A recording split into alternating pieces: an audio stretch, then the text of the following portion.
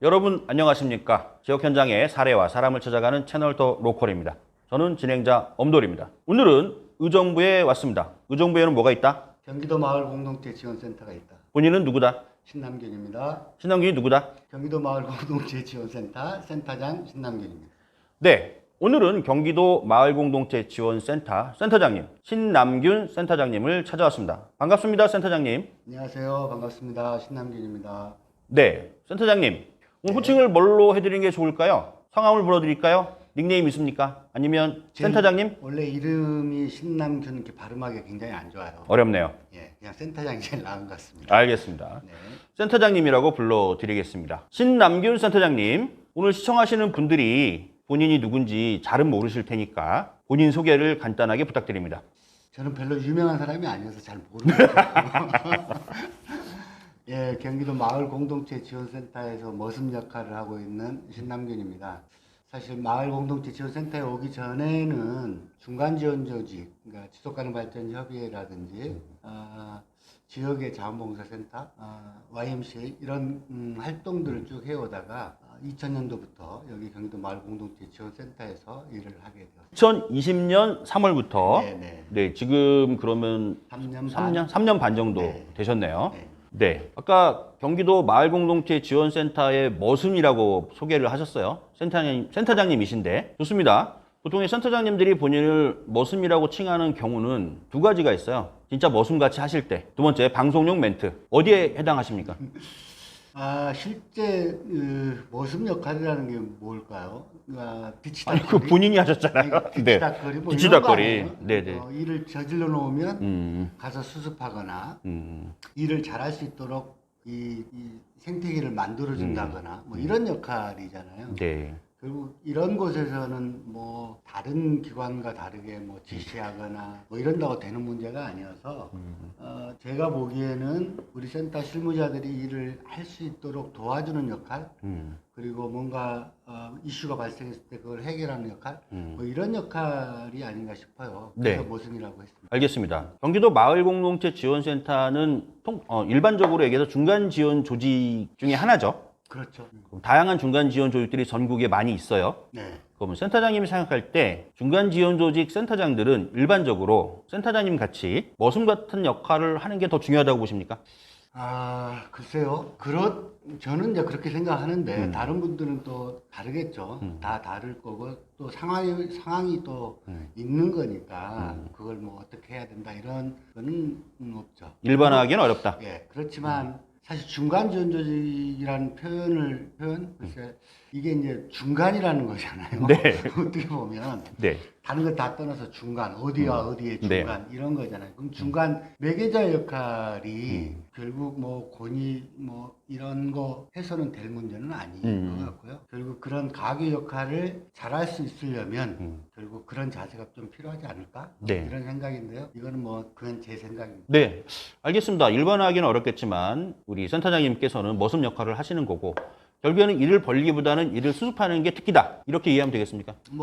예. 우리 일 벌리는 실무자는 따로 있으니까요. 일을 벌리는 건 직원들이 벌리고. 예. 네. 안 그런 데도 되게 많아요. 센터장님 일을 벌이고 그걸 직원들이 수습하는 데도 굉장히 많이 봤습니다, 저는. 물론 우리가 어쩔 수 없이 해야 되는 거.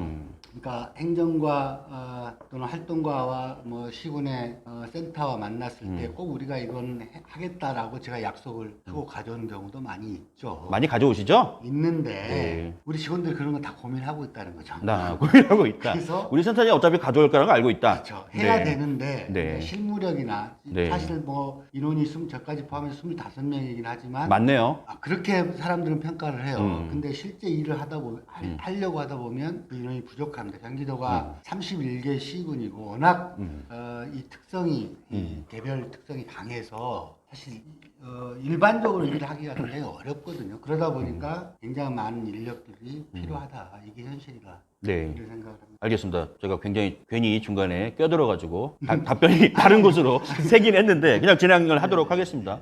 오늘 굉장히 모범적인 센터장님이신 게 제가 방송 촬영하면서 이렇게 노트북을 들고 오신 분은 처음이고 보니까 노트북에 또 답변이 몇 번 안 한 거 아니에요? 꽤 많이 했습니다. 지금 한 20명 정도 촬영했어요. 그렇게나 많이 했어요? 근데 방송이 안 올라갔을 뿐입니다. 이제 편집 시간이 걸리기 때문에. 제가 네. 이 머리가 안 좋아서 네. 약간 메모를 해왔다 이렇게 보시면 네. 될 것 같아요. 메모한 거 별로 소용이 없어요. 제가 질문지대로 안 할 거기 때문에 전혀 관련이 없습니다. 네.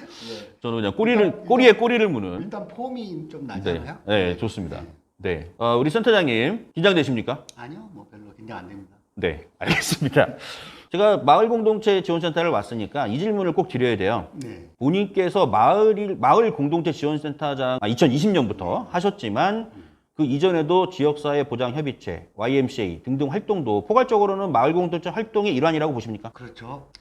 제가 제 경력을 이렇게 간단히 말씀드리면 제가 대학 졸업하고 사회생활 처음 시작하는 것이 YMCA에 들어갔는데 YMCA 생협이었어요. 근데 생협은 보통 먹거리로 생각을 하시는데 부천 YMCA 생협은 다르게 조직을 만들기 위해서 공동체를 활성화시키기 위해서 먹거리를 활용했다 이렇게 보시면 돼요. 제가 한 3년 했는데 그때 등대 모임, 그러니까 개별 활동가들을 촛불이라 하고 그 모여 있는 곳을 등대라고 칭하면서 등대 모임이 있는 곳에 먹거리를 제공해주고 거기에서 모임을 하면서 먹거리를 가져가는 이런 형태였거든요. 그러면서 이제 처음 이 공동체 생협 이런 것을 경험을 했고요. 제가 좀 특별하게 경험했던 건 자원봉사센터예요. 네. 자원봉사센터 단순히 행정의 여러 행사들을 지원하고 그다음에 개별 복지기관이나 이런 데 연결해서 매칭을 하고 자원봉사자와 지역을 매칭해주는 역할 이런 걸 생각하시는데 개별 자원봉사센터를 보면 자원봉사센터에 등록된 공동체가 거긴 단체라고 할 수 있겠죠. 5명 이상이 구성된 단체가 굉장히 많습니다. 네. 안산만 해도 약 1,500개? 뭐 이런 정도의 단체가 등록이 돼 있어요. 굉장히 많네요. 네, 이런 분들이 뭘 하기 위해서 단체 등록을 했을까요? 자원봉사인데 자원봉사의 이념은 결국 지역의 문제를 스스로 해결하기 위한 거라는 거죠. 네. 결국 우리가 다른 마을 공동체나 다른 것을 추구하는 것도 마찬가지잖아요. 공동체가 우리가 하는 자치가 자기의 문제를 스스로 해결하기 위해서 하는 것처럼 자원봉사센터에 가보니까 그런 조직들이 그렇게 많고 정말 열심히 봉사활동, 그 봉사활동이 곧 마을 일 이런 네. 거죠.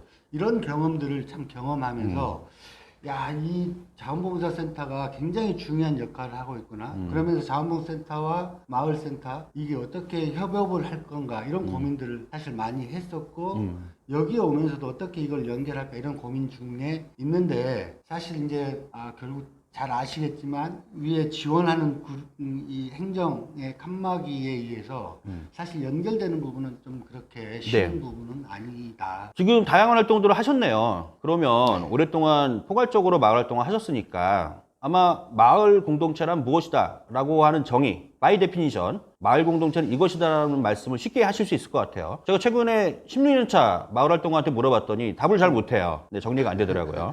네, 우리 센터장님은 센터장님이시니까 대한민국을 대표하는 센터장님으로서 마을 공동체란 이것이다. 어떻게 간결하게 정의하시겠습니까? 마을 공동체란 나를 포함한 우리가 행복하게 살 수 있는 그런 삶터를 만드는 것이다. 나를 포함한 우리가 행복하게 살 수 있는 삶터를 만드는 것이다. 네. 간명하네요. 역시. 짧죠? 네, 경력자는 이렇게 다릅니다. 네, 알겠습니다. 우리 그 과거에 마을 공동체 활동을 하시고 방금 정의하신 마을 공동체 정의에 의해서 경기도 마을 공동체는 공모 사업을 하든 어떤 사업을 하면서 네. 하는 과정에서 나와 우리를 행복하게 만드는 삶터를 성공적으로 만들었다고 자부하십니까? 과정에 있다고 봅니다. 과정에 있다. 자부하진 않는다. 그 과정은 어느 정도 3년 반 동안 성과를 이뤘다고 생각하십니까? 제가 뭐 얼마 이루었다 이렇게 보기보다는 네, 센터장님이 제가 소속된 보기에는 조직에 네, 글쎄요, 한 50%? 50% 이뤘다. 네. 나머지 50%는 언제 완료가 됩니까? 계속 가야 되겠죠. 그럼 계속 하셔야겠네요. 아니 제가 아니더라도 다른 후배들이나 다른 분들이 이어갈 수 있도록 만들어주는 게 또 제 역할이 아닐까 싶습니다. 앞으로 이어가는 역할을 만들겠다. 예. 토대를 만들어 놓겠다. 네. 이런 각오를 가지고 계신 거죠? 네. 알겠습니다. 네, 센터장님. 제가 보니까 서울에는 마을공동체 지원센터가 있었잖아요. 꽤 오랫동안 활동했고 나름대로 많은 활동들이 있었던 것 같습니다. 근데 우리 오세훈 시장님께서 없애버렸잖아요. 그죠? 어떻든 광역 단위의 마을 공동체 지원센터가 없어지면 많이 위축되거나 이런 경향들이 있을 것 같은데요. 마을 활동이. 예, 네. 굉장히 어떠한 영향을 미친다고 생각하십니까? 마을 활동을 하시는 분들한테는 굉장히 큰 영향이죠. 그리고 우리 사회가 아직까지 마을 활동을 자발적으로 스스로 다른 지원금 없이 하는 경우가 그렇게 많지는 않습니다. 대부분 지금 현재 초기 단계고 대부분 이런 확장돼가는 추세에서는 마을 공동체 공모 사업이나 이런 지원이 굉장히 필요한데 이런 게 끊기다 보니까 어쩌면 맥이 끊긴다고 볼 수 있겠죠. 네.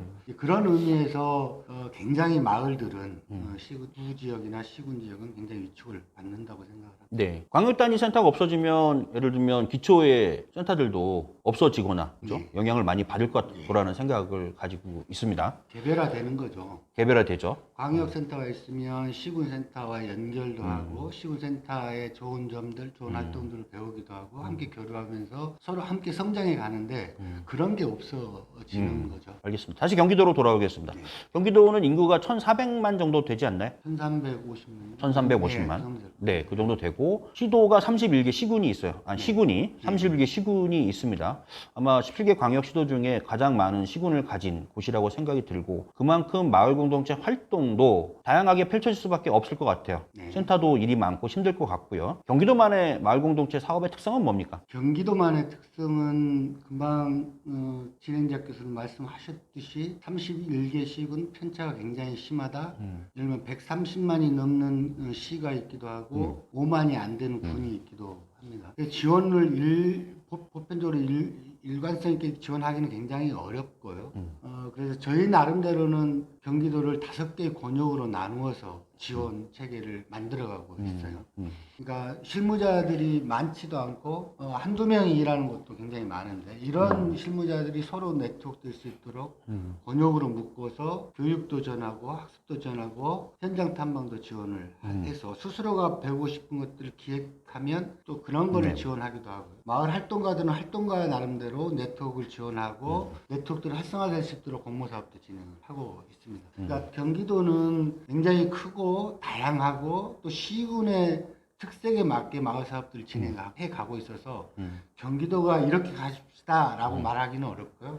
가는 방향에 있어서 좀 지원해주는 역할 이런 네. 역할들을 많이 하고 있다 이렇게 보시면 될 것 같습니다. 센터 직원들이 힘들겠어요. 5개 권역 만들어서 쫓아다니는 것도 굉장히 힘들고요. 출장 한번 가면 하루가 그냥 깨지죠. 하루가 날아가기도 하고. 네, 많이 신경 써주셔야겠네요. 예. 알겠습니다.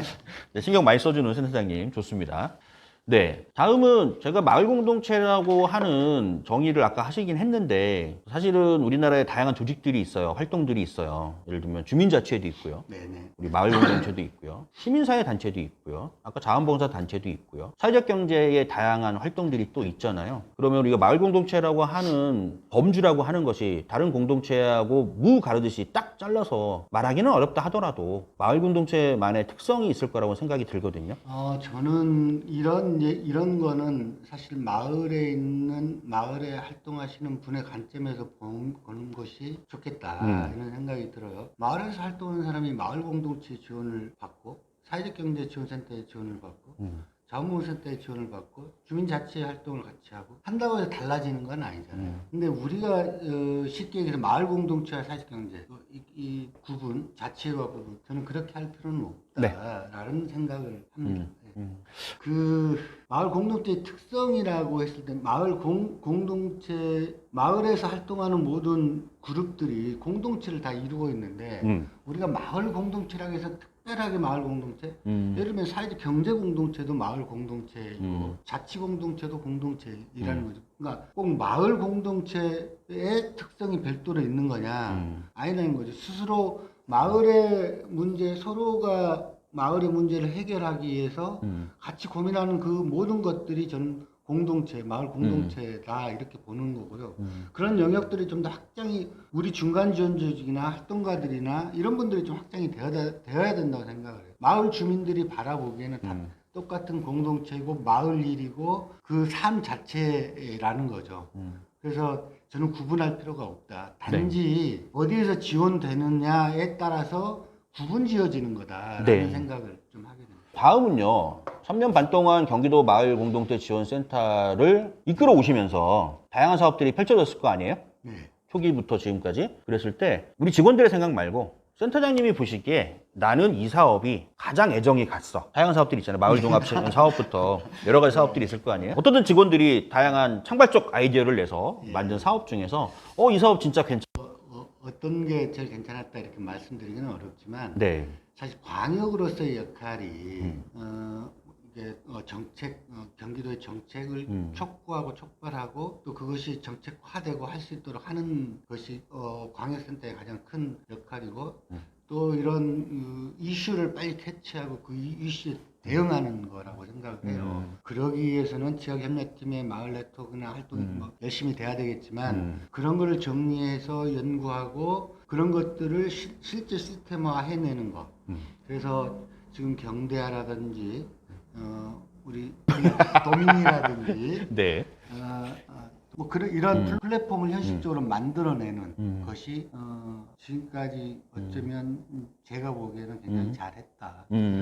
네. 그것도 과정에 있습니다 지금도. 네, 과정이 있겠죠. 예. 어떻든 마을 공동체 활동가들, 마을 공동체 활동을 모든 사람들이 자유롭게 이용할 수 있는 공유 공간으로서 플랫폼 이거를 구축하는 것들이 가장 애정이 가는 사업이었고 지금 과정 중에 있다. 앞으로 계속 완성해 나가셔야겠네요. 꾸준히 해서 그렇죠. 그거는 계속해 나가야 될 거고요. 아마 그런 데이터 플랫폼들이 쌓여서 경기도가 추구하는 그러니까 지금 현재 경기도 김동연 지사께서는 기회소득 뭐 얘기 말씀을 하시고 실제 실현하고 있는데 최근에는 사회 혁신 활동에 대한 기회소득도 말씀을 하시는데 그리고 이런 것이 데이터베이스화 돼서 기초가 돼서 또 되지 않을까 그렇게 될 수 있도록 우리는 더 노력하겠다 이런 말씀드립니다. 네, 알겠습니다.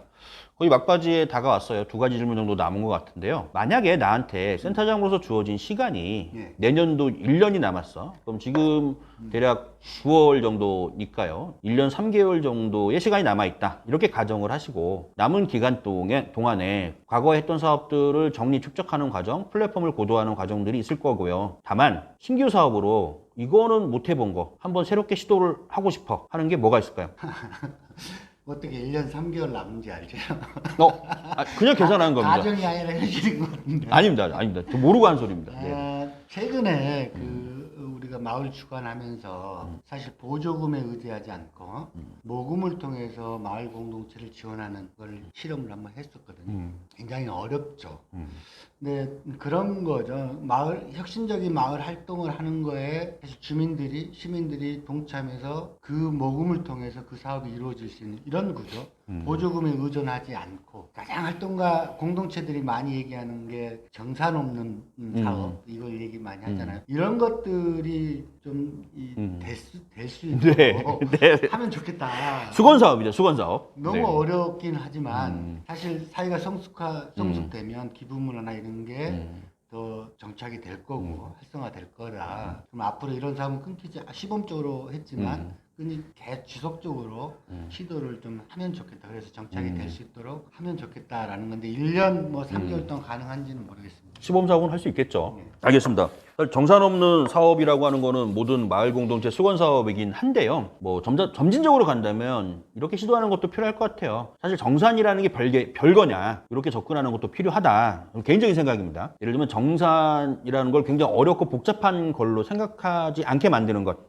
달리 말하면 이것처럼 쉬운 게 없어 라고 만들어 간소하지 않더라도 그러니까 이걸 정산을 잘하는 사람은 진짜 AI처럼 잘하거든요. 조금만 익숙해지면. 근데 정산의 문제가 아니라 모든 거 현실적으로 맞지 않는데 행정이 뒤따라가잖아요. 예를 들면 밥값이 8,000원이에요. 네.